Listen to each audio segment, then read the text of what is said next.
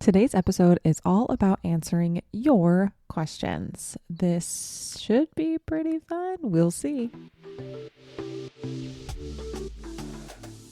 Welcome to the Up in My Business podcast with me, Lex Lancaster, where you'll get an inside look at all things tech, business, and my life as a physical therapist turned digital operations expert. You'll hear all about my lessons as a business owner, the ins and outs of tech for your business, and more. From SEO, websites, and email marketing to automations, launches, and copywriting, I've got you. I'm so excited you're here. Let's dive in. Before we start today's episode, I'd love to highlight our show sponsor, Jane. Jane App is a clinic management software and EMR designed to help practitioners grow and manage their clinics. They do this with the helpful features like online booking, scheduling, billing, and documentation, and they are the best, let me tell you. Whether you're working solo or in a large multidisciplinary clinic, no-shows and late cancellations are something that every practitioner faces, and they can be super frustrating. Jane offers several tools to help you prevent and manage those no-shows, including the ability to save a credit card on file and send out automated SMS and email reminders, and they are truly a game changer. Learn more about Jane's helpful features at jane.app/payments. Listeners can also include a code LEX1MO. Again, it's LEX1MO at the time of sign up for a 1-month grace period applied to your Jane account. Welcome back to another episode of Up in My Business. I am Lex, your host. If you're new here, welcome. If you are a seasoned Up in My Business fan, thanks so much for listening again.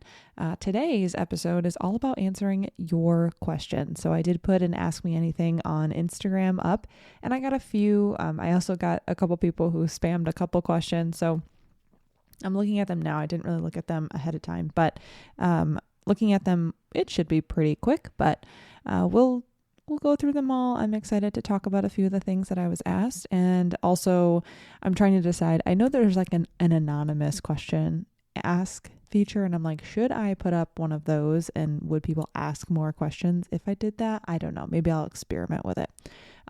Just because I know like how it, some people don't want to ask questions, and I think it's fun to do these episodes every once in a while. So we'll see what I do.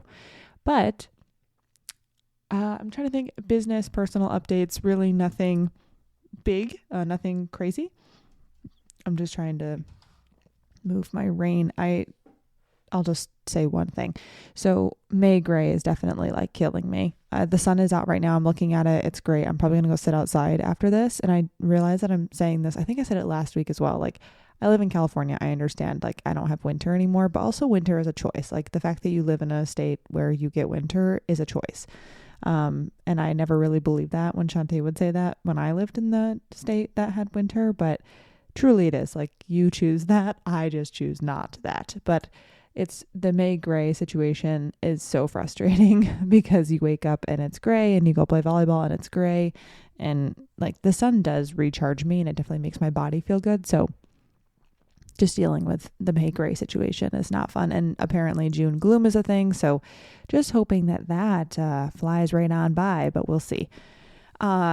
I feel like that's all I wanted to start with, because some of these are going to dive into like business, personal stuff. So I feel like I will just jump right into the questions. So I'm not going to say who asked what, because I did not get permission to do that, but I'm just going to go through one by one and just do them in order. It'll be a mix of like business, personal stuff within. All right. So first question is, why are there so many website spammers? Any tips for getting my number off the spam call list? Funny you should ask. I don't know why there are so many spammers. I don't know who has this as their job, but I feel incredibly terrible for them.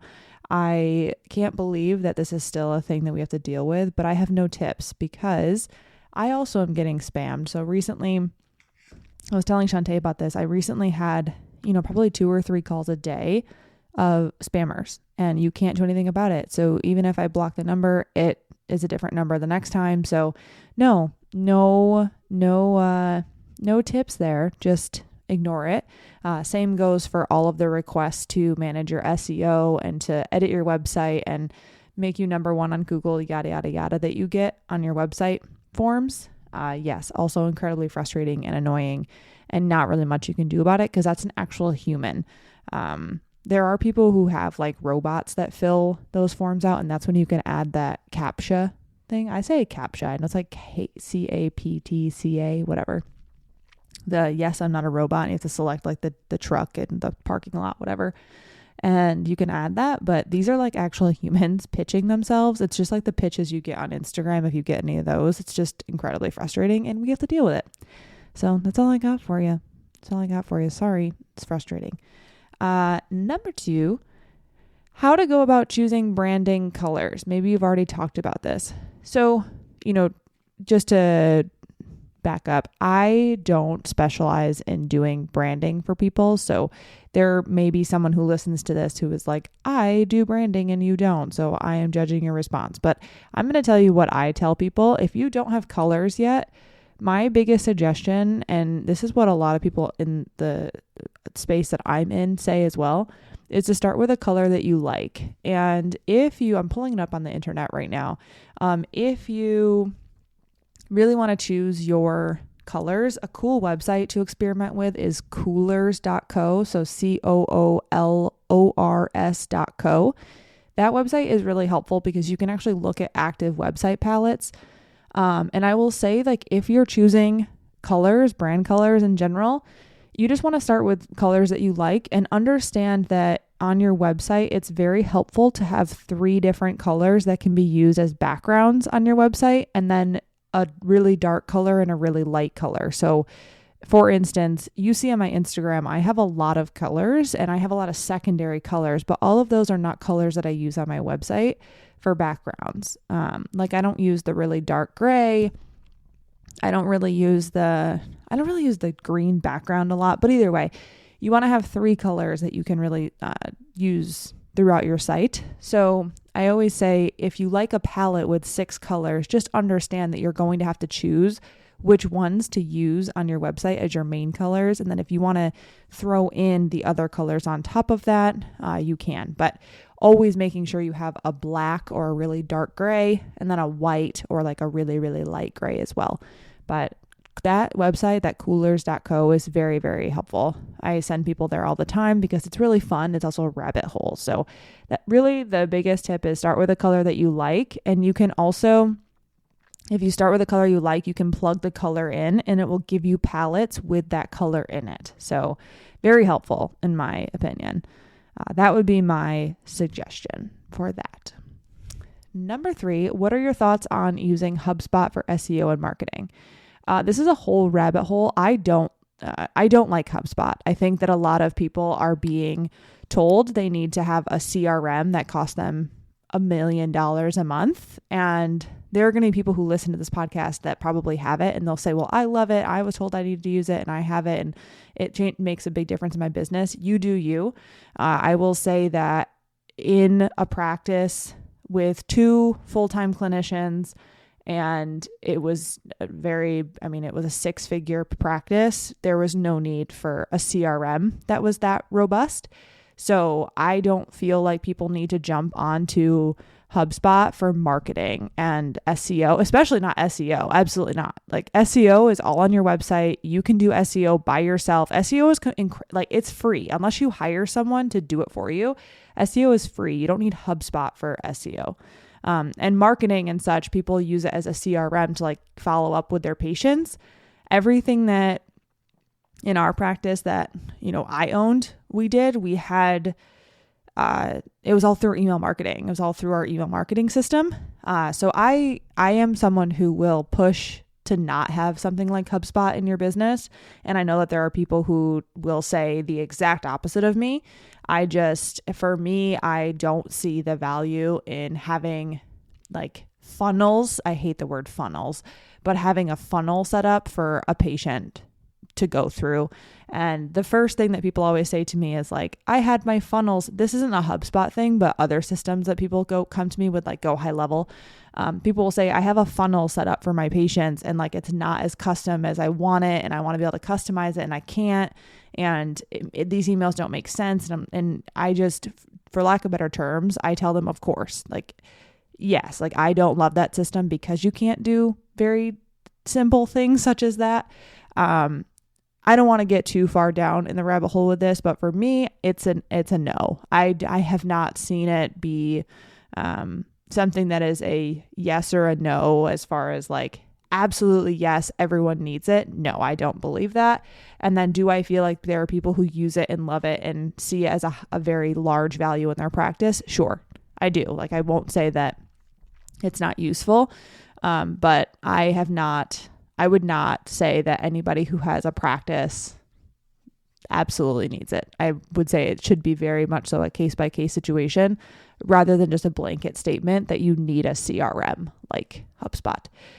But that's a whole can of worms. And SEO, absolutely not. Like, that is not, HubSpot is not what we're doing for SEO. That's not what we want. I will say for SEO, if you want to learn SEO, I will say my SEO school will open in the fall.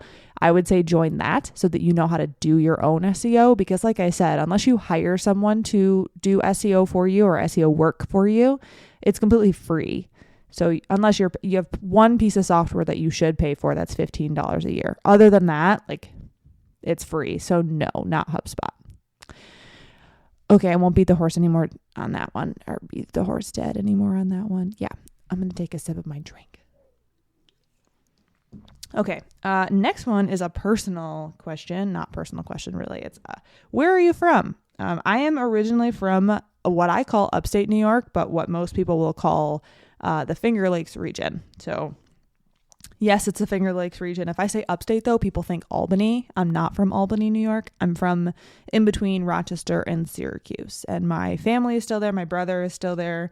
My brother and his wife and his kids are there, and my parents are still there, and most of their family. Like, I think I'm the only one who really left the state. So everyone is still there. But yeah, that's where I'm from. Do you still practice? No, I don't. I don't practice. I practiced from 2019 to 2022, and it was a mix of ortho, pelvic, concussion, vestibular, pediatrics. Yeah, basically that, sports performance. I will say my love, like where I felt super valued and my passion lied, was within vestibular, concussion, and peds. I really, really loved doing that work. I will say that as a cash-based practitioner, I felt it was very difficult to do vestibular cash-based, just because, some of my patients would need a literal 10-minute treatment, like for BPPV and any of the sort, especially follow-ups. But I will say the thank you cards that I got, like, I know that's a bad way to measure it, but I felt like I was doing the Lord's work, like changing people's lives, because they could, like, when I remember this thank you card from this woman in Alaska, when I practiced there, she sent me a thank you card to the clinic, and she just said, like, I can now roll over in bed and like kiss my husband goodnight. And I was like, this is amazing. Like, that made me feel so good and made me feel like I had a really huge impact on her life. And I felt like that was the same thing when I had patients with concussion. I absolutely loved it. So that was really like and then also the babies, like, I'm telling you, I really, really liked peds. I feel like when I was practicing in peds, the pediatric PTs don't get paid well. Like, I will say that blanket there. I have never met a pediatric PT who's making a ton of money working for someone else, because everything is really covered by insurance and it's insurance based. And for whatever reason, like the starting PT salary typically, and like I said, I don't know the situation right now, I can't imagine it's changed, is somewhere between like 70 and 75,000. Pediatric PTs, I think I was working for a nonprofit, but my salary was more in like the 50 to 60 range. So it was a drastic difference compared to other people. And that was it was a full-time job. But I will say, like, doing pediatric PT is just you feel so valued by the parents, because they don't get answers from most practitioners. And when you're able to help them and give them answers, I'm like, this is like, I felt, like I said, so valued doing that work, and it was really, really fun. So I will say I really liked that as well. Yeah, I feel like PDPTs, I don't know what the deal is with that. Like, for whatever reason, they just don't, I don't know if it's like, it's got to be because of the insurance companies. And also I was with a nonprofit, so that's a big thing too. But it was It was great. I won't tell you that I miss it, because the hardest part for me was being so exhausted, because I'm not an extrovert, but I'm not a true introvert either, Shantae will say. So I'm in between, but it would be exhausting to talk to people all day and to be the person who, the energy exchange was just very hard for me. So I won't say I like miss it, but I will say I miss the feeling of helping someone, like in that way. I get a very similar feeling when I help people in my business, but it's different when you're able to help someone like not be dizzy anymore, or return to their sport because they had a concussion, or help a baby walk or move or do anything. It's just a different experience. And I will say I miss that part, for sure. And I miss relating to patients, like the people that would come into the clinic, and just being able to talk to them about life and history and all that stuff, like the actual talking to patients. That was one of the most valuable things for me. And I learned so much. I got to meet so many cool people, and I didn't even practice for a ton of time. So I just, that would be something that I would say I miss. I wasn't asked that question, but there you go. The next one is, what is moose? I don't really know what that question means, but I'm assuming what breed is she? She's a golden doodle. So she's a blue merle golden doodle. It's like a special gene that makes her the gray and black color. But her dad was a black poodle. No, her mom was a black poodle. Her dad was a blue merle golden doodle. So that's what she is. And she's also a girl dog, a female dog, because she's a big dog, and because she's a big dog and she's named Moose. Like, I understand it's a gender neutral name, but most people think she's a boy. She is a female dog. And I found that out. Well, obviously I didn't find that out, but that was very apparent when she went through heat her first time. That was a nightmare. Anyway, I have no idea what number we're on. The next one, your favorite podcast. Mine. No, I'm just kidding. Shantae's. No, well, yes, it is great. But I'm trying to think of what I listen to all the time. Heather McMahon. Heather McMahon has a podcast called Absolutely Not, and it is fantastic. She makes me laugh so hard. I actually will say that I didn't like her at first. My best friends from when we were, I won't even say high school, from when we were literally in elementary school, they loved her. They shared her with me, and I was like, this woman is not funny. Like, I did not find her funny at all. And I was incredibly wrong. She's hilarious. So I listen to her episodes pretty regularly. I won't say it's like on the day it releases, but I do love her podcast a lot. So Heather McMahon, if you haven't checked her out, I would check her out. She's very funny. She also has a Netflix special, and it's hilarious. So Heather McMahon, and Absolutely Not is the name of her podcast. Next one is, how's the hair situation? Funny you should ask. This person knows the whole deal. So just a quick backstory. I moved to California last July, and I went through a divorce. My life was very different. I had, if we want to look at my blood work, like if anyone has been around for a bit, like, that my blood work was so fucked up, and I had, they diagnosed me with Hashimoto. Wow. Can I talk today? Hashimoto's. And they said, I didn't need medication, but I was on a bunch of supplements to try to raise my levels of, free T3, free T4, all the other crap.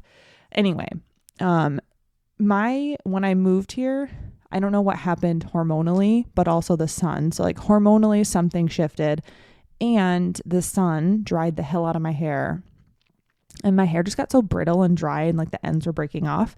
So I got my hair cut in like September, and I would say it was like a little bit past shoulder length. My ponytail was super short, but anyway, my hair was breaking. I've been taking Nutrafol since October, and I actually just got another 6-month renewal. So I'm still using it. It's definitely working. My hair is definitely growing, and it's thicker. I will say, like, it is. So my ponytail, it's funny because I joke that I have a rat tail. I have very fine hair. Like, I know this. My mom has fine hair. It's not a secret. I've never had thick hair, and genetically I probably wouldn't, but I've been taking this, and my ponytail is thicker, so I can feel that my hair is thicker, and I also can see like new hair growth especially along my crown. So I will say it's great. I will say the hair growth journey has been great, and also just health in general, like my hair health has been really good.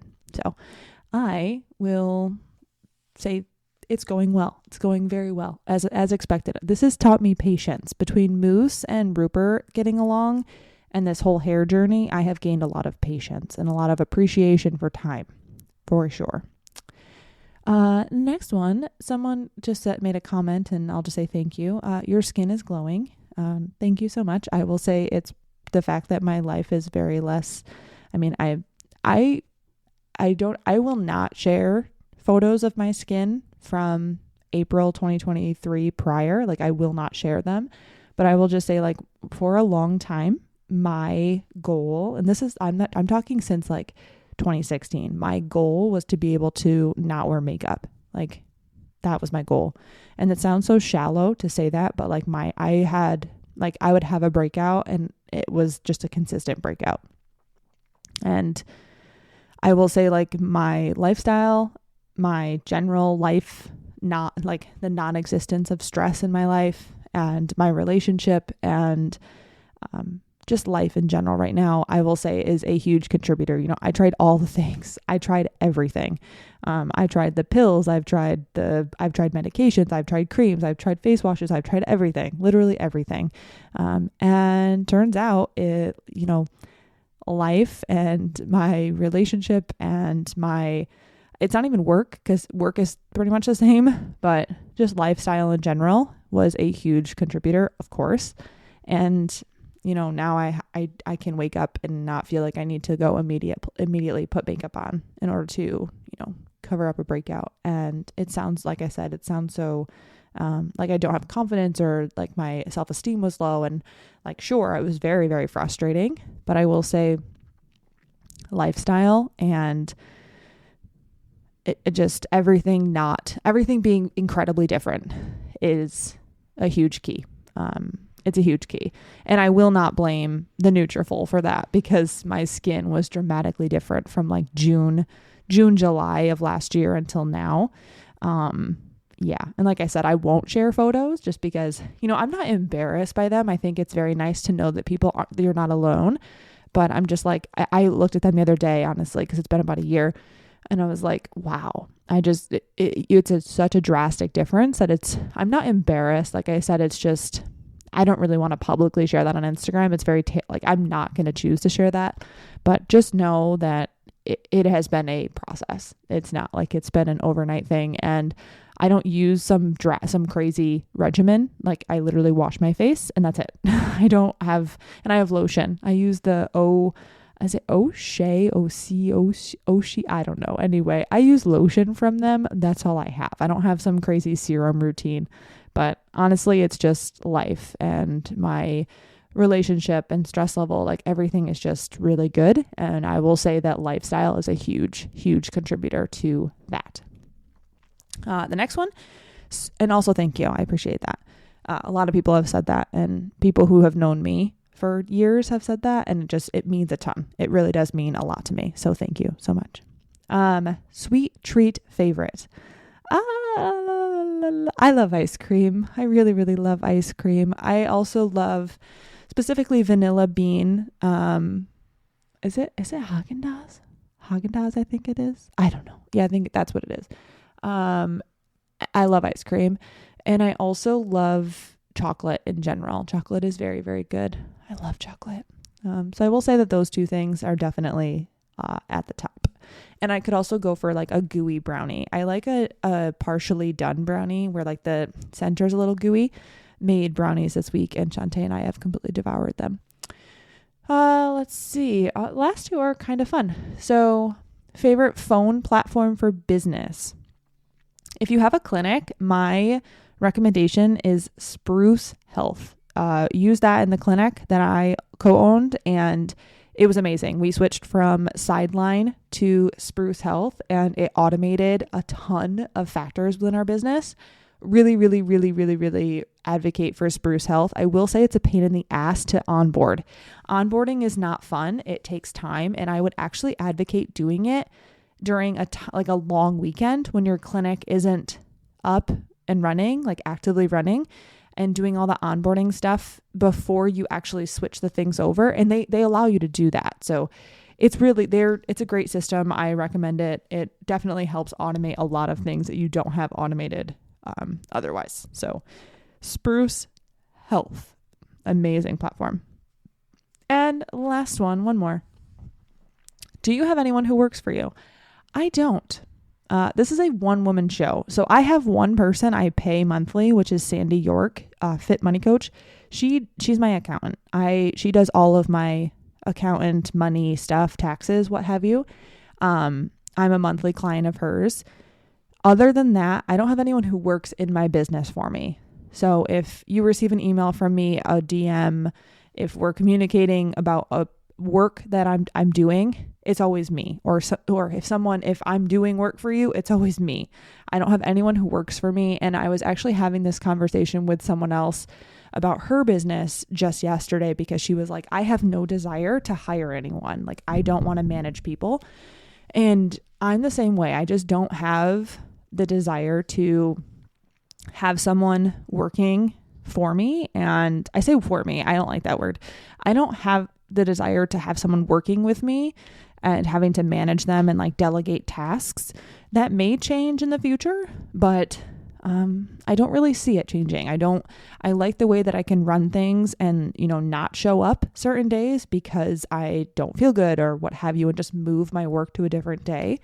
There's nothing that I do in my business at this point in time where I'm like, I hate this. I want to outsource it. I truly do love everything that I do. I will say the one thing that I don't love doing is email correspondence, mostly because my hands hurt. Like my thumb and my pointer finger, if I have a heavy work week, by the end of the week, my hand it's pretty painful.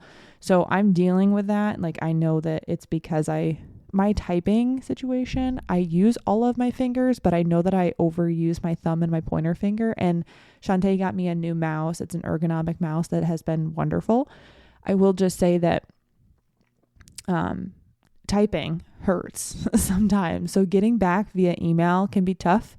But other than that, every other correspondence, work, everything is done by me. I don't have anyone who works for me or does things or, does podcast stuff for me. It's all me. And I don't see it changing anytime in the future. And I really like it. I honestly really like it. And I know, like I said, I said this when I got my logo done, that, I'm the person who's like, I want to make outsourcing feel like a hell yes. And that is true, because who I work for, that's what I want it to feel like. The reason I'm not outsourcing and, don't consistently outsource something is because I like what I'm doing in my business, and I don't have anything that has made me feel like I need to outsource it yet. So it's not like I'm against outsourcing. I just don't feel like I have anything to outsource because I enjoy what I'm doing.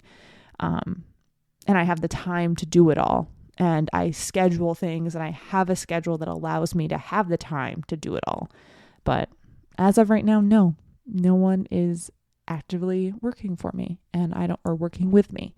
And I don't, except for Sandy, Sandy does all of my taxes and finances, what have you. But other than that, no one. Hopefully that answered that question. All right. It's been quite a long one, longer than I anticipated it being, but thanks for submitting questions, the people who submitted those questions. And I will probably do this again next month. It's kind of nice to do this, monthly. And I feel like it would be nice to be able to do it. So I'll post another question box. We'll see what happens. Maybe an anonymous one. We'll see. I don't know. But thank you. Thank you so much. That's all I've got for you. I appreciate you listening. And once again, thanks for submitting questions. If you submitted questions, if you have more follow-up questions, I'd love to hear them. And I'll probably toss them on the next episode. So let me know. But yeah, thank you so much. I will catch you next time.